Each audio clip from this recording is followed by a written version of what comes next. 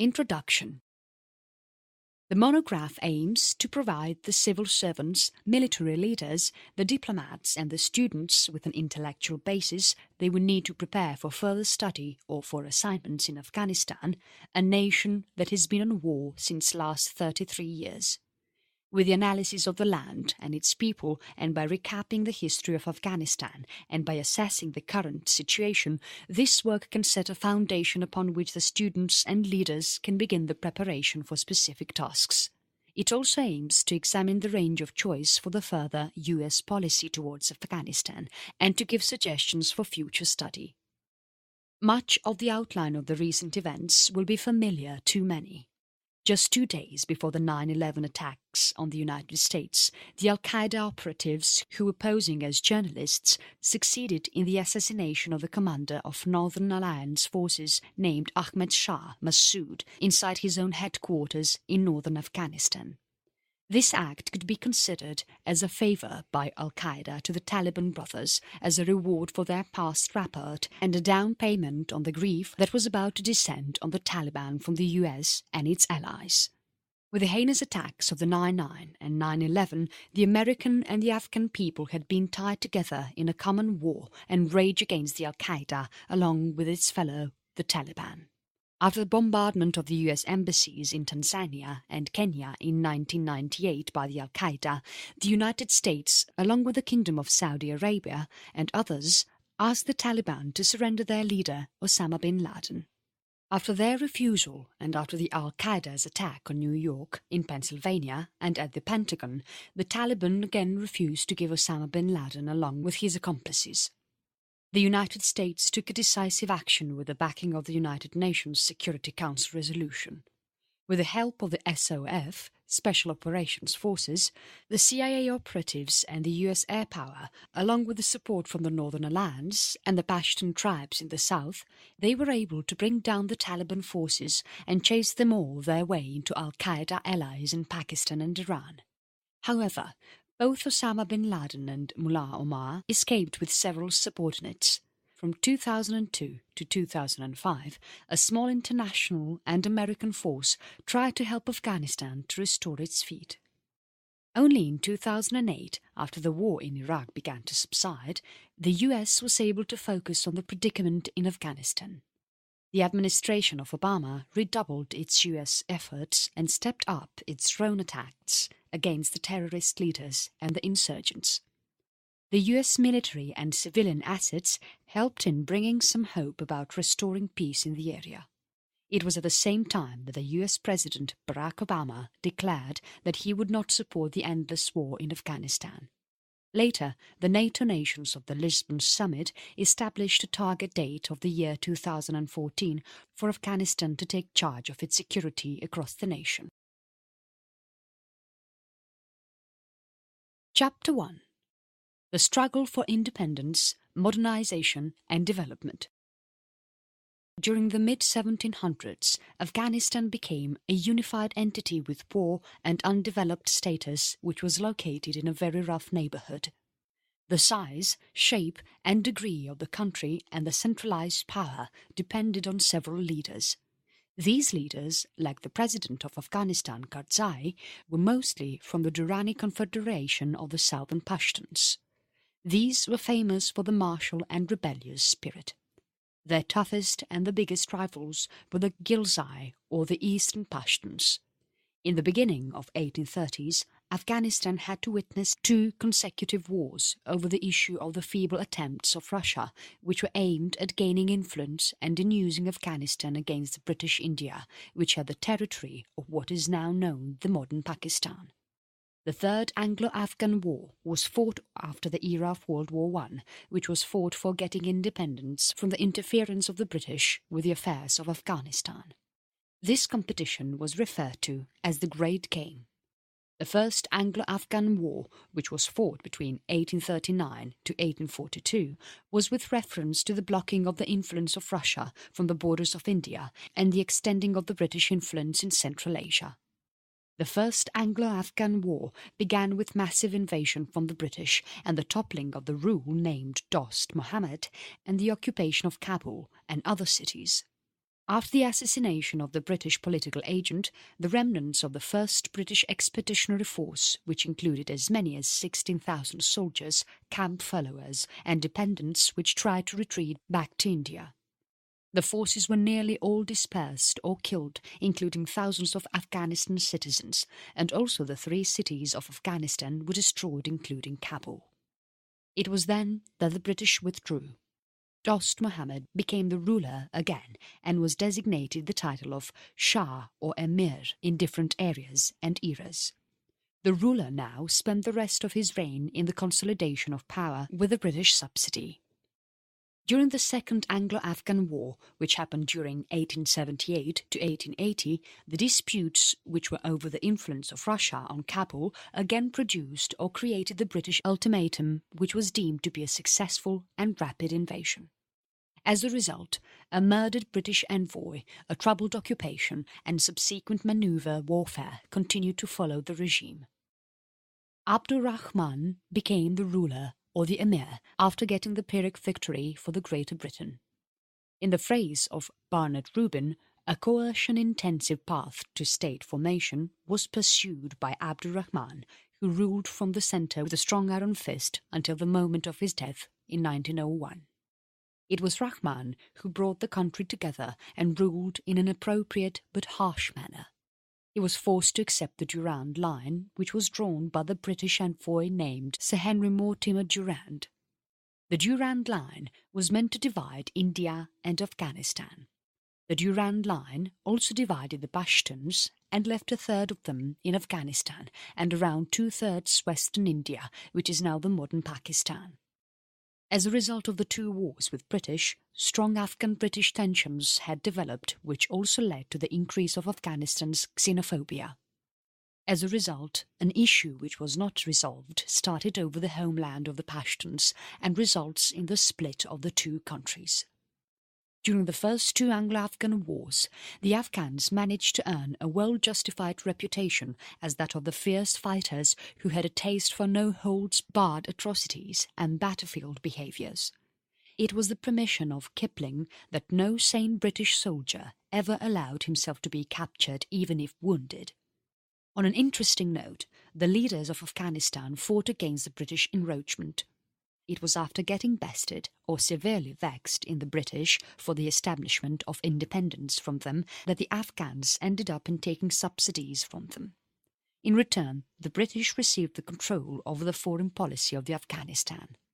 The main purpose of the subsidies was to strengthen the Afghanistan army and the further strengthening of the internal powers of the central government in Kabul. This was a stable situation which continued until 1919 and won total independence during the Third Anglo-Afghan War. It was followed by a great political paradox in which the rulers of Afghanistan had become the strongest in the nation and was supported by the foreign subsidies. No or low subsidies refer to the fact that the tax had to be snatched out from the locals and at times it was to be carried out with harsh conscription. These measures were not famous and irrelevant. The citizens were eager to salute and respect the national rulers, but they were not ready to have themselves interfered by the local authorities or government. World War I followed the Third Anglo-Afghan War, and Afghanistan could establish full independence after that. The independence also resulted in the mysterious death of the current ruler, or emir, named Habibullah, who did not wish for another war with Britain, as it would have cost him a good amount of subsidy. Habibullah had ruled in utter peace for almost 2 decades and had maintained a neutral state in Afghanistan during the World War I. As per the reports of the historians, the new Emir, Amanullah, who was the 3rd son of Habibullah and had seized power from the claims of the stronger dynasties, was responsible for the death of his father. He wanted to have a great showdown with the British. The Third Anglo-Afghan War had just a few battles.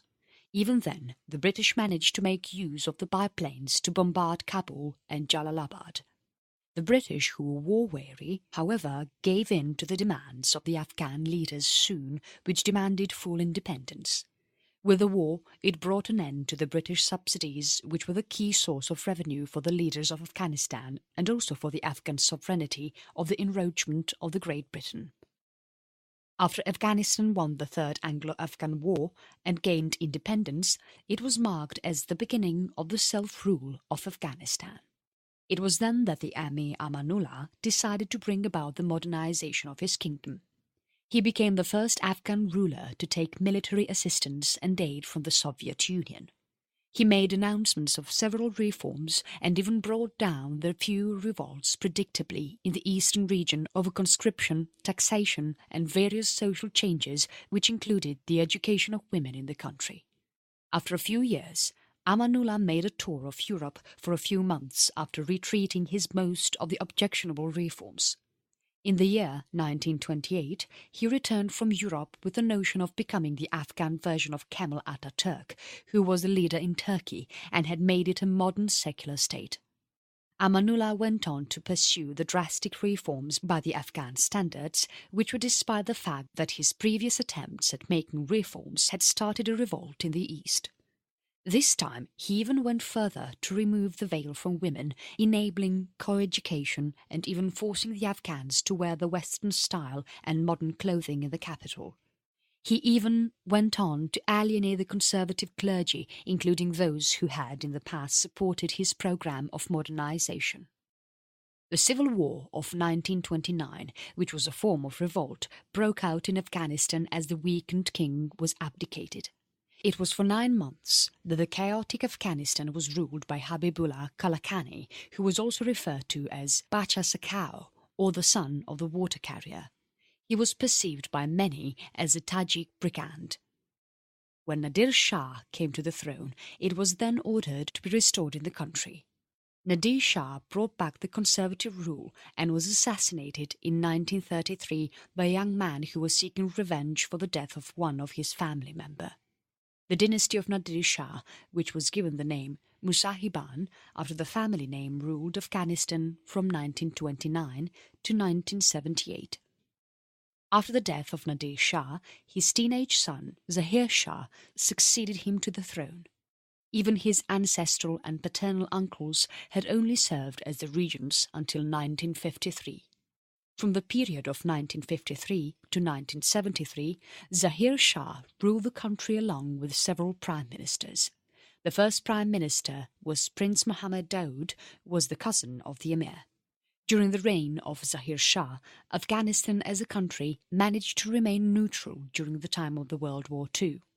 It began to develop on an economical level with the help of the foreign aid and created a modern form of the military with the help of the USSR, and therefore managed to stay at an uneasy peace with the neighbouring countries.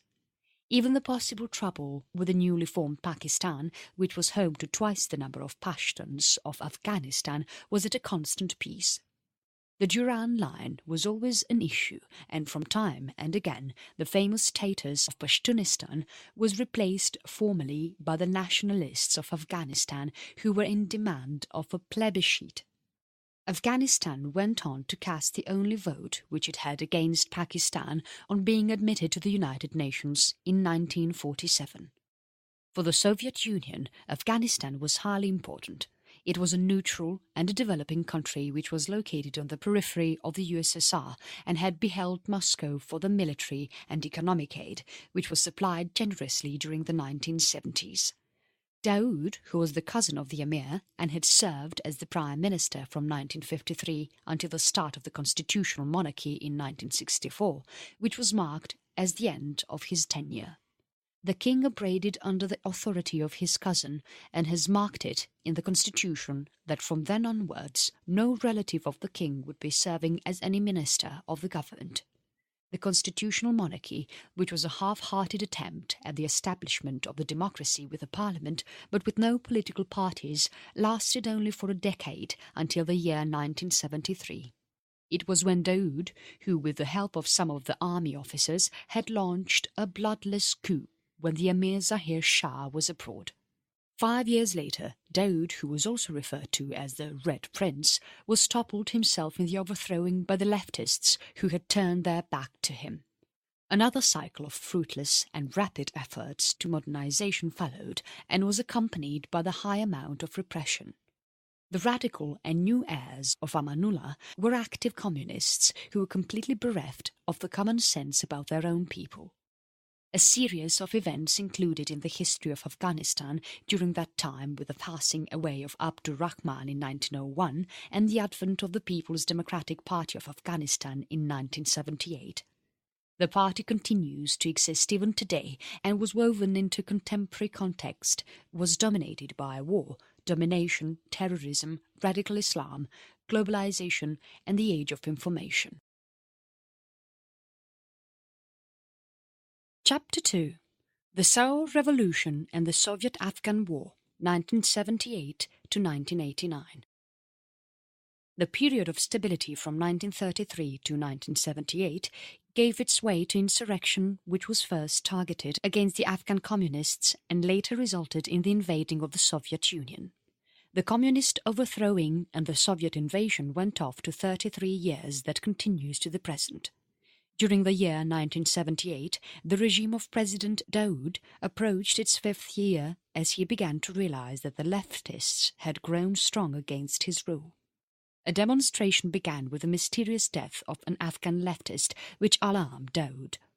He then put the leading members of the PDPA, People's Democratic Party of Afghanistan, under house arrest. The leaders of the party called for a coup. The Saur Revolution, which began in April, was an urban coup d'etat, had marked the birth and the origin of the Democratic Republic of Afghanistan. The PDPA Party of Afghanistan had two different factions named the Khalq faction and the Parcham faction.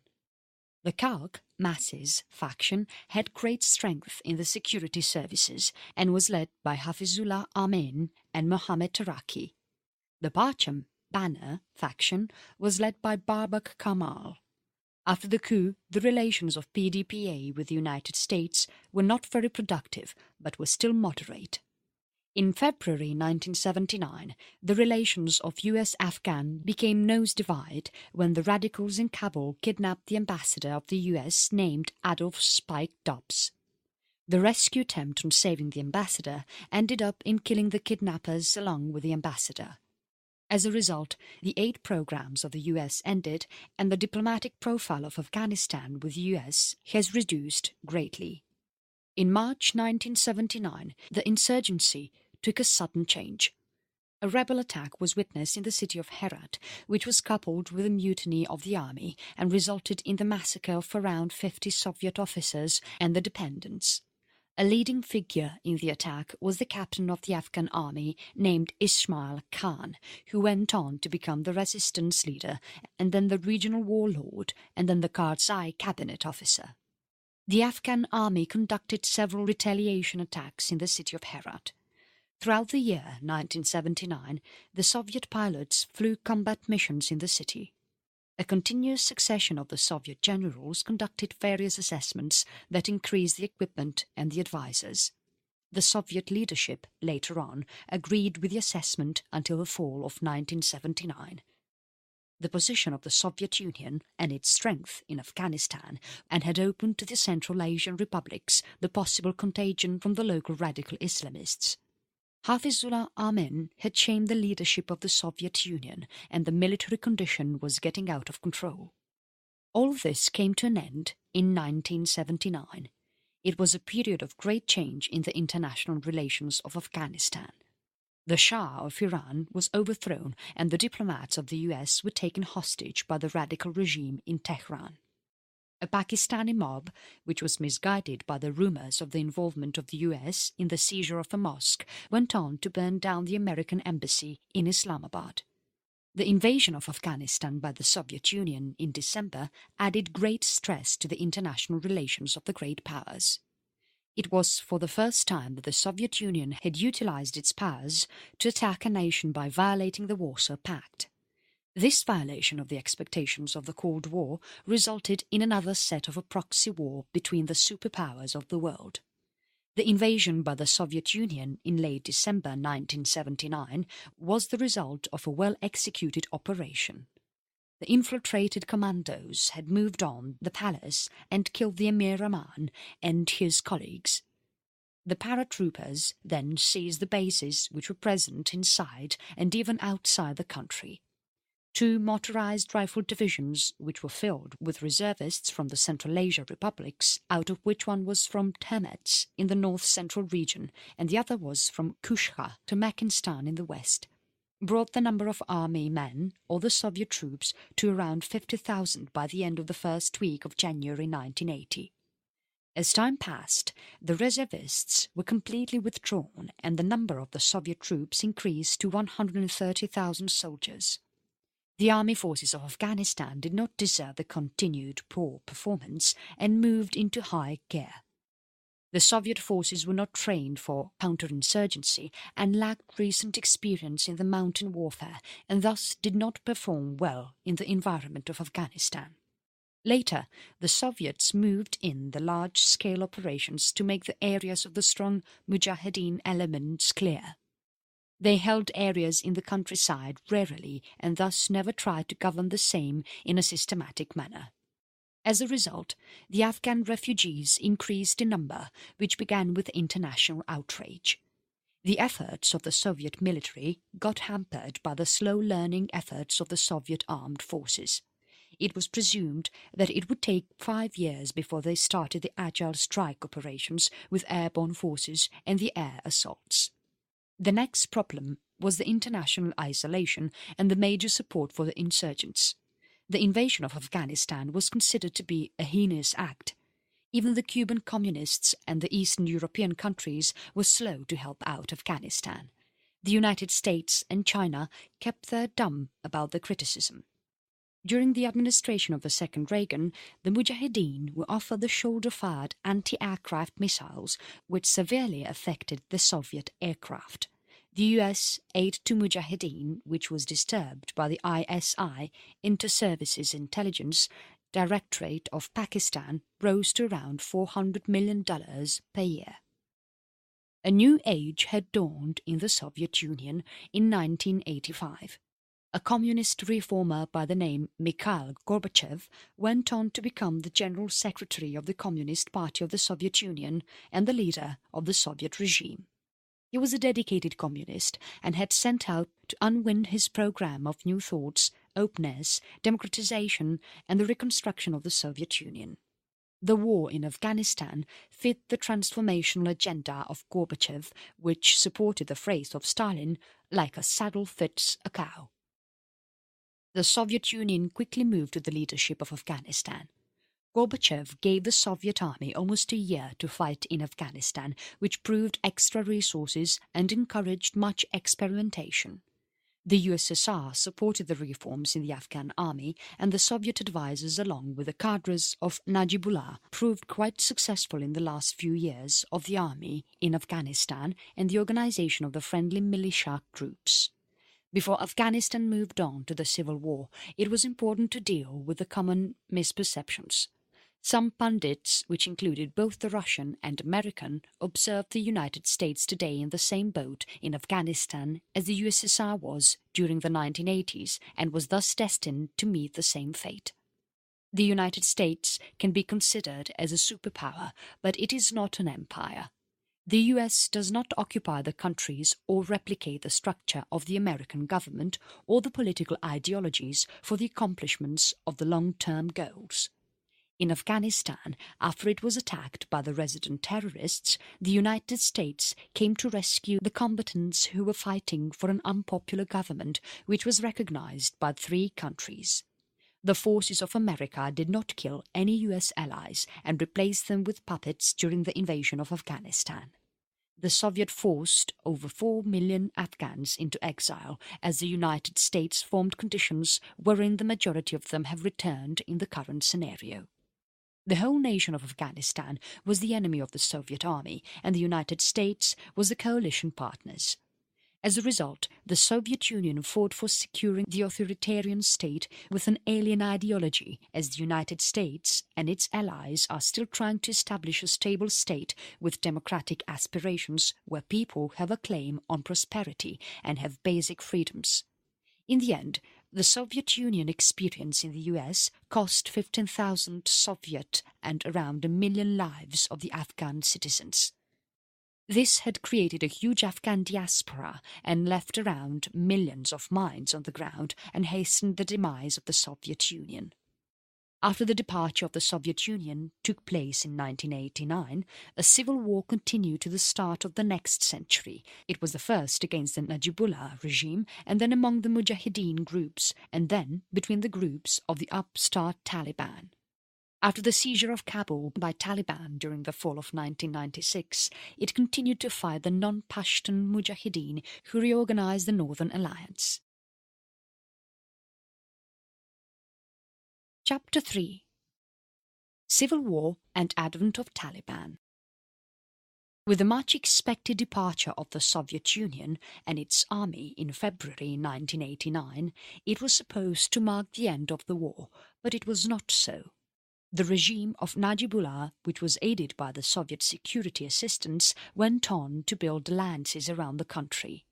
With an army of around 65,000 men and an air force of as many as 200 planes and helicopters, and also with well-paid military units, the government forces of Afghanistan were able to hold off the Mujahideen.